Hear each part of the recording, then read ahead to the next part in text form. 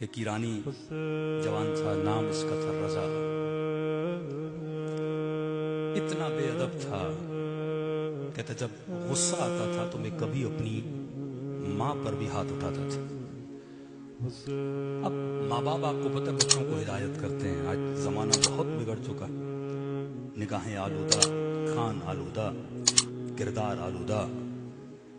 ماں باپ سمجھاتے تھے لیکن کہتا میں تنگ آ گیا ڈیلی ماں باپ کی ہدایت سے. میں نے گھر چھوڑا، تہران میں ایک فلیٹ لیا، اس فلیٹ میں جا کے میں بس گیا. اب ڈیلی بیسس پہ ایران میں ٹیکسی چلانا بڑا عام ہے. کہتا میں صبح سے شام تک ٹیکسی چلاتا تھا، جو پیسے بچتے تھے اس کو عیاشی پہ خرچ کر دیتا تھا. کوئی میری زندگی میں سرحد نہیں تھی، حد نہیں تھی. کہتے محرم کا مہینہ شروع ہوا. اب بندہ کتنا بھی برا ہو نا، کم از کم 10 دن محرم میں اچھا بن جاتا ہے. مطلب تھوڑا سا اس میں ادب بھی ہو نا تو ان 10 دنوں میں امام حسین کا ادب ضرور کر دیتا ہے. کہتا میں نے دوستوں کو فون کیا، پہلی محرم دوسری محرم کوئی دوست میرے پاس نہیں آیا. رات کو ہماری محفل لگتی تھی، گناہ کی محفل. دوستوں کو فون کیا، بھائی کیوں نہیں آ رہے؟ 2 دن گزر گئے، 3 دن گزر گئے. انہوں نے کہا کہ رضا ہم نہیں آ سکتے کیونکہ محرم کا چاند نظر آ چکا ہے. ہم بڑے گنہگار ہیں لیکن محرم میں ہمیں شرم آتی ہے، ہم گناہ کیسے کریں؟ پھر اس نے فون کیا، کسی دوست نے نہیں سنا. کہتے یہاں تک کہ 6 محرم گزر گئی. تنگ آ گیا، گناہ کا عادی تھا. کہتا میں نے رات کے 1-2 بجے تہران میں ٹیکسی نکالی.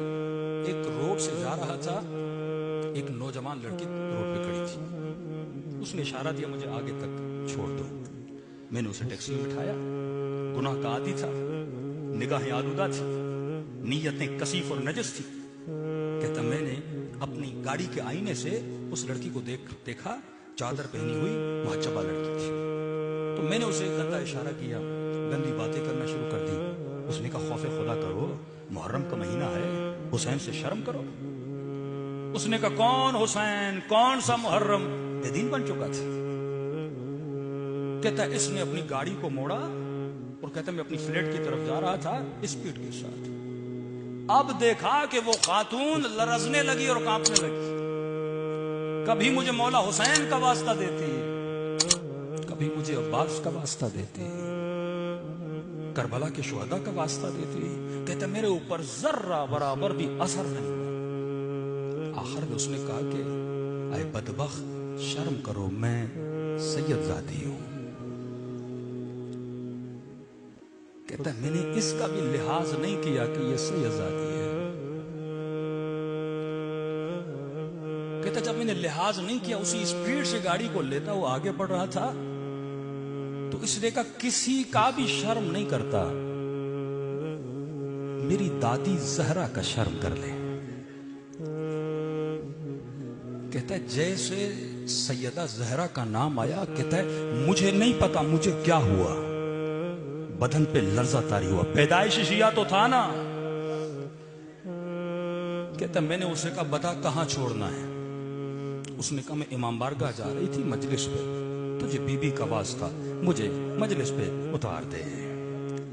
کہتا میں نے جا کے گاڑی روکی اس محلے میں. وہ اتری، اترنے کے بعد فرنٹ سیٹ پہ جو شیشہ تھا اس کے سامنے آ کے کھڑی ہو گئی اور مجھے کہا کہ تیرا بہت شکریہ، میں مجلس میں جا رہی ہوں، تجھے دعا دوں گی کیونکہ تو نے میری دادی زہرا کا احترام کیا، تو نے میری دادی زہرا کا ادب کیا. جیسے میں نے دادی کا نام لیا تو نے فوراً آ کے مجھے اتار دیا. کہتا میں خاموش کھڑا تھا، وہ مجلس میں چلی گئی. جب میں نے غور کیا یہ تو میرا ہی محلہ ہے، کئی مہینوں سے اپنے ماں باپ کے پاس نہیں گیا. کہتا فوراً میں نے گاڑی پارک کی. اب دیکھیے بندہ جب ادب کا مظاہرہ کرتا ہے نا، اب آہستہ آہستہ اہل بیت اسے ہدایت کیسے دیتے ہیں، آہستہ آہستہ اسے اپنے قریب کیسے لے کر آتے ہیں. کہتا جیسے میں گاڑی سے اترا میں اپنے گھر گیا، گھر کے اندر جا کر بیٹھ گیا. محرم کا مہینہ تھا، نہ والدہ گھر میں تھی نہ بابا گھر میں تھا. اتنے میں نے ٹی وی کھولی. کہتے مولانا جب ٹی وی کھولی تو اتفاق سے ٹی وی پر بین الحرمین کو دکھایا جا رہا تھا. کبھی عباس کا روزہ، کبھی امام حسین کا روزہ دکھایا جا رہا تھا اور ذاکر امام حسین کے مسائل پڑھ رہے تھے کہ حسین اتنے غریب تھے کہ اس کی 4 سالہ بچی کو تماچے مارے گئے. شیعوں کا امام اتنا غریب تھا کہ اس کے جنازے پہ گھوڑے دوڑائے گئے. کہتا جب میں نے مصائب سننا شروع کیے نا تو میں نے رونا شروع کیا. پھر میں نے چینل بدلا تو اچانک میں نے کیا دیکھا؟ جنت البقیع دکھایا جا رہا ہے اور ذاکر سیدہ زہرا کے مصائب پڑھ رہا ہے کہ حسین کی اماں اتنی مظلومہ تھی کہ ان کی پسلیوں کو توڑ دیا گیا تھا. کہتا میری کیفیت بدل گئی. کئی سالوں کے بعد مصائب سن رہا تھا.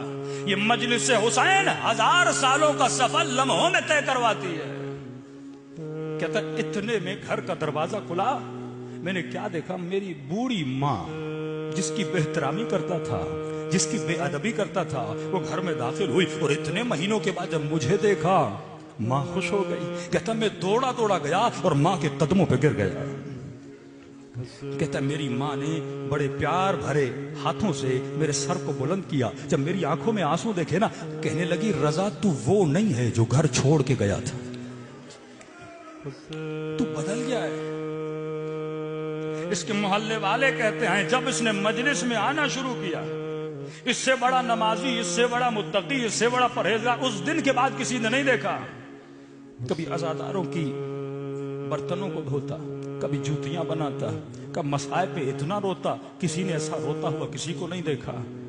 کہا 40 کے دن آئے، قافلہ بنا. مسجد کے قافلے سالار نے کہا ہمیں قافلے پہ جانا ہے. جس لڑکے کو لے کر جانا تھا وہ بیمار ہو گیا. کہا کس کو لے کر جائیں؟ سب نے کہا رضا بڑا اچھا لڑکا ہے، اسے لے کر چلتے ہیں. اسے کہا تم کوئی پیسے نہ دو، لوگ کہتے تو ہمارے ساتھ چلو. کہتا جیسے میں کربلا پہنچانا کہتا مولا حسین مجھے پتا ہوتا اتنے کریم ہیں، اتنے جلدی راضی ہو جاتے ہیں مولا، میں کب کا آپ کے دروازے پہ آ جاتا. کہتا قافلہ واپس آیا، میں نے شکر خدا ادا کیا. اتنے میں قافلہ حج پہ جانے والا تھا. اس قافلے سالار نے بھی بولا کہ رضا تو ہمارے ساتھ چل. ظاہر بڑے خوش ہوتے ہیں جب تو ساتھ ہوتا ہے. کہتا ہے چند مہینوں میں حسین کی قبر کی زیارت بھی ہو گئی، لیکن جب جنت البقیع پہنچا کہتا ہے گھٹنوں کے بل زہرا کی قبر کے سامنے کھڑا ہو گیا. کہنے لگا بی بی میں بہت برا تھا، مجھے نہیں پتا یہ گھر اتنی جلدی لوگوں کو ہور بنا دیتا ہے، اتنی جلدی خطاؤں کو معاف کر دیتا ہے. وہ کہتے حج سے واپس آیا. تہران کا بہت متقی ایک تاجر تھا، وہ میرے والد سے ملا. اس نے کہا کہ میں کئی دنوں سے دیکھ رہا ہوں اس محلے میں آپ کے بیٹے سے بڑا کوئی متقی نہیں ہے. اگر آپ راضی ہوں میں چاہتا ہوں اپنی بیٹی کی شادی اس جوان سے کراؤں. کہتا قبلہ میں اپنے بیٹے کی گارنٹی نہیں لیتا. چند مہینے ہوئے نیک ہوا ہے، جا کے اس سے آپ خود بات کریں. یہ بوڑھا آتا ہے کہتا ہے رضا میں تجھے کئی مہینوں سے دیکھ رہا ہوں تو نیک بن گیا ہے، لیکن ایک شرط پہ اپنی بیٹی دوں گا، آج کے بعد حسین کا دامن نہ چھوڑنا. کہتا ہے قبلہ اللہ موت دے اگر میں دامن حسین کو چھوڑ دوں. میں نے تو ان کو پہچانا بھی نہیں تھا کہ کل آ جا بیٹی کا رشتہ لینے. رضا فیملی کے ساتھ رشتہ لینے کے ایران میں رسم ہے، جس بچی کا رشتہ لینے جاتے ہیں وہ بچی چائے لے کر آتی ہے. کہتے ہیں بڑے ادب و حیا سے بیٹھا تھا. یہ لڑکی جب چائے لے کر آتی ہے، یہ چائے کا کپ اٹھاتا ہے، اس لڑکی کی نگاہ جب اس کے چہرے پہ پڑتی ہے بے ہوش ہو کے گر جاتی ہے. والدین اٹھا کے کمرے میں لے جاتے ہیں. ہوش میں آتی ہے تو زبان پہ ایک ہی جملہ ہوتا ہے یا زہرا. پھر بے ہوش ہو جاتی ہے. پھر ہوش میں آتی ہے ایک جملہ کھولتی یا زہرا، پھر بے ہوش ہو جاتی ہے. جب صحیح سے ہوش میں آئی ماں نے کہا بیٹی مسئلہ کیا ہے؟ کہ اماں خدا کی قسم کل خواب میں سیدہ فاطمہ کو دیکھا تھا. اماں کل میں نے